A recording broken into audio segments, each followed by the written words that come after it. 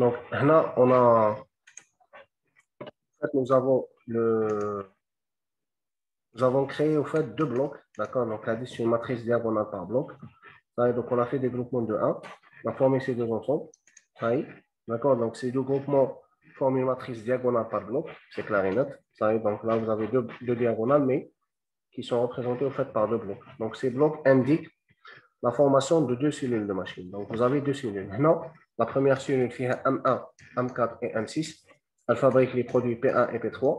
La deuxième cellule fait la machine M2, M3, M5 et M7. Elle fabrique les produits P2, P4, P5 et P6. Est-ce que vous êtes d'accord? Ça y est, فهمتوني. Malgré que, bien sûr, là, le P2, il faudrait faire le M2, le M3 et le M5. P4, il va passer uniquement par les machines M2, M3. On ne peut pas séparer le canal de M2, M3, M5, M7, ça ne va pas marcher. Ça y est, parce que je vais avoir des déplacements entre les cellules. L'objectif principal, c'est de minimiser les déplacements entre les cellules. Donc là, on va avoir deux cellules. Une première cellule M1, M4, M6, et une deuxième cellule M2, M3, M5 et M7. Ça y est. Donc, votre problème maintenant, c'est quoi? C'est clair?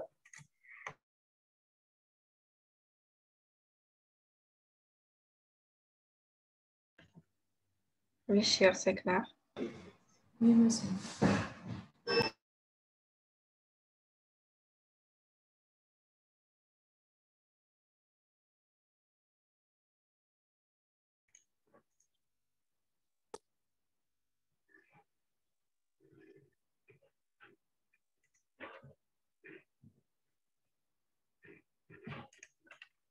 Donc là, on va avoir le problème suivant maintenant. Est-ce que c'est possible toujours de réorganiser votre matrice d'indicateur de traitement, ce qu'on appelle matrice de flux, pièce machine sous forme de matrice diagonale par bloc? Non, ce n'est pas toujours le cas. Donc parfois, vous allez avoir des problèmes, d'accord? C'est-à-dire des pièces, ils vont se retrouver entre deux ateliers, ou deux cellules. Ça y est, d'accord? Donc, imagine par exemple, vous remarquez que là, comme une première cellule, par exemple, là, M1, M4, M6, pour la fabrication de P1 et P3. Maintenant, vous avez la pièce 2, plutôt. Vous avez deuxième atelier qui est M2, M3, M5 et M7 qui fabrique P4, P5, P6. Le problème qui se pose, c'est P2. P2, c'est une pièce qui est réalisée sur M1, M2, M3, M5. Ça y est. Donc là, le problème qui se pose est que P2 doit être fait la cellule Lula ou la cellule Zawja. Comme AEC. Donc, une pièce exceptionnelle. C'est une pièce exceptionnelle. Pourquoi? Parce qu'elle doit être traitée sur deux ateliers ou deux cellules différentes. Est-ce que c'est clair?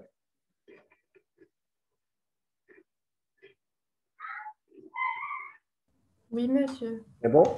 Donc là, quand vous allez prendre RDP2, vous avez plusieurs solutions. Soit vous allez complètement la sous-traiter par un autre atelier.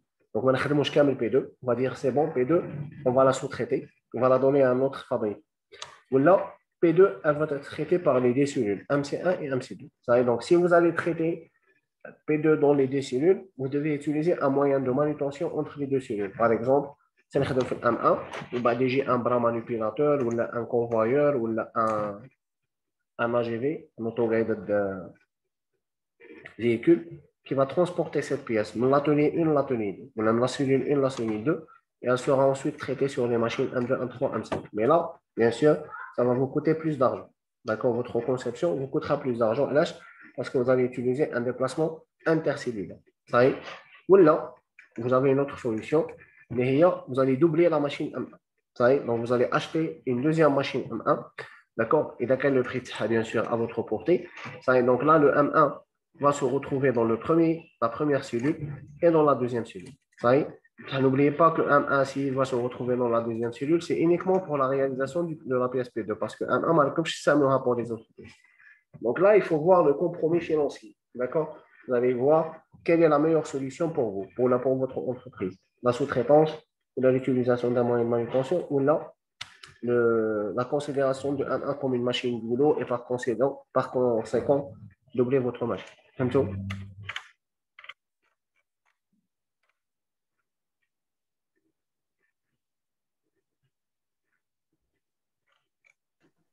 C'est clair, je m'arrête. Oui, cher.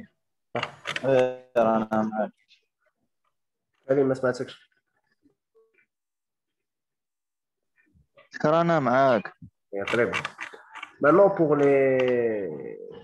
la matrice, vous pouvez aussi avoir une matrice de Hadi la forme. D'accord? Donc, ça, c'est une matrice d'indicateur. D'accord?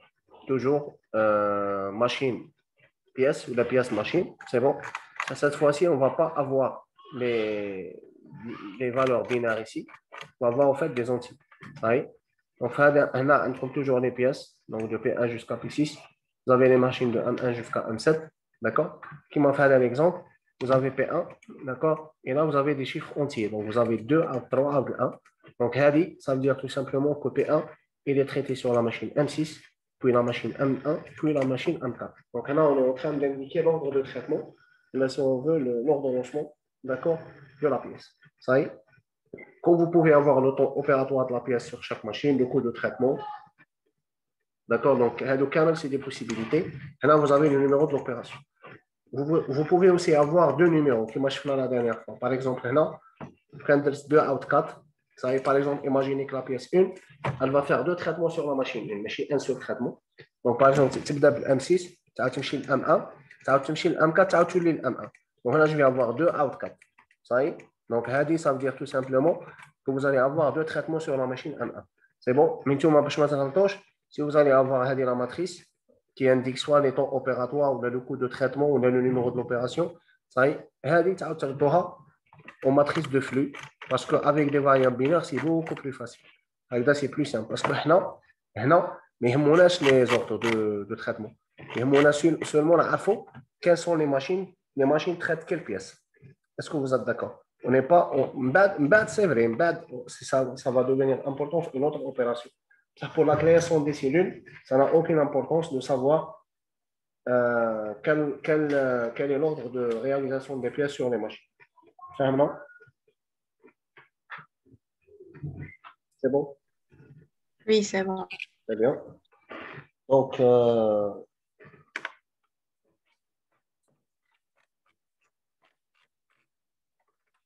voilà, on va passer aux méthodes maintenant. D'accord? Donc, quelles sont les méthodes qui sont utilisées pour la réalisation des cellules? Right? Donc, vous avez ça, on appelle ça les algorithmes de clustering, c'est-à-dire de création des ensembles, d'accord, qui sont les plus utilisés pour grouper les cellules de machines et les familles de pièces, d'accord. Donc, vous avez un premier algorithme qui s'appelle Rank Order Clustering, d'accord, donc le ROC, ça y est, le Bond Energy Row and Color Masking, c'est le Linearity Coefficient, le SC. Et là, vous pouvez utiliser une programmation mathématique, c'est-à-dire en se basant sur des modèles d'optimisation. Je ferai déjà des exemples, les cours précédents. Ça y est. Donc, je pense qu'aujourd'hui, on va vers 2 ou 3 méthodes. Ça y est, on va commencer par Hadi, d'accord? Donc, le ROC, d'accord? Qui est en fait un algorithme de groupement, ça y est, par classement d'ordre. Ça y est.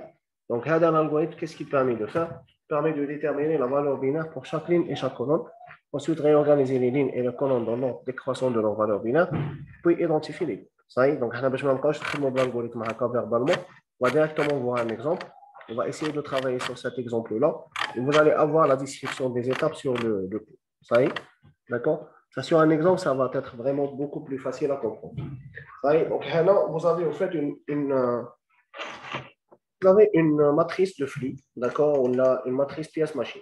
Ça y est? Donc, vous avez les différentes pièces avec les différentes machines. Je pense qu'on a repris le même exemple de tout à l'heure. On va voir qu'est-ce qu'on va obtenir comme groupe, comme cellule. Ça y est? Donc, faire de la méthode, qu'est-ce qu'on va faire?